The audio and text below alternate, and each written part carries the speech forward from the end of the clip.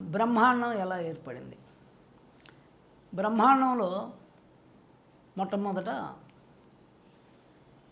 ఈ యొక్క తెల్లటి కణం శుక్ల బిందువుగా ఈశ్వరుడు స్వయంభూగా వెలిసి ఆయనలో నుంచి అమ్మని వచ్చింది. వాళ్ళిద్దరూ కలిసినప్పుడు మిశ్రమ బిందువు అయింది. అది విశ్వవ్యాపితం అయింది, మల్టిపుల్ అయింది. అయితే ఒకానొక కణం మిశ్రమ బిందువు రెండు కలిస్తే మిశ్రమ బిందువు. శుక్ల బిందువు దాంట్లో నుంచి బయటకు వచ్చింది రక్త బిందువు, రజోగుణం వచ్చింది. వీళ్ళిద్దరూ కలిస్తే మిశ్రమ బిందువు అరుణకాని.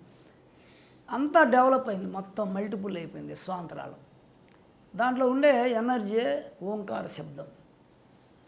కంటికి కనపడినంత అణుజ్యోతుల రూపంలో ఉంది పరబ్రహ్మతత్వం అంతా. చెవులకి వినపడినంత ఓంకార శబ్దం ఉంది విశ్వంలో.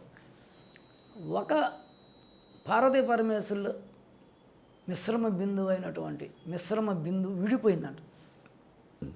ఆ యొక్క ఎర్రటి కణం ఏమైందంటే భూమి, జలము, అగ్ని, వాయువు, ఆకాశంగా మారింది. అంటే మనకి శాస్త్రం ఏం చెప్తారంటే, ఫస్ట్ ఆ అమ్మవారు ప్రకృతి మాత, ఆమె భూమిలో ఉండే కుండలిని శక్తి, భూమిలో ఉండే శక్తి అగ్ని, కుండలిని శక్తి, పంచభూతాలు ప్రకృతిగా మారిపోయింది. ఆమె ప్రకృతిలో పరమాత్మనుడు. అంటే ఈ పంచభూతాలు విశ్వంలో ఏర్పడింది కాబట్టి భూమిలో కూడా పరబ్రహ్మ పరమాణువులు ఉన్నాయి. భూమిలో అణుజ్యోతులు, జలంలో కూడా అణుజ్యోతులు ఉన్నాయి, అట్లే అగ్నిలో ఉన్నాయి, అట్లే వాయువులో ఉంది ఆకాశం. ఈ కత్తితో ఈ పరమాణువులు నరికితే కత్తితో తెగదు, జలంతో తడవు, అగ్నిలో కాల్చదు, వాయువు ఆర్పలేదు, ఆకాశంలో అది ఏమీ కాదు. అందువల్ల ఇది శాశ్వతమైంది. దీనివల్ల పంచభూతాలు ఏర్పడి తర్వాత దానివలన సృష్టి జరిగింది, జీవరాశి ఉత్పత్తి అయింది.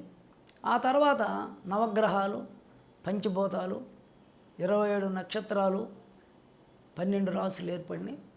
ఈ బయట పంచభూతాలనే నవగ్రహాలు, ఈ భూమండలంలో ఉండేటువంటి ఒక గ్రహ కూటమి ఈ భూమి మీద జీవరాశిని పరిపాలన చేసేదాన్నే బ్రహ్మాండ సృష్టి ఆ విధంగా ఏర్పడింది, ఒకదాని మీద ఒకటి.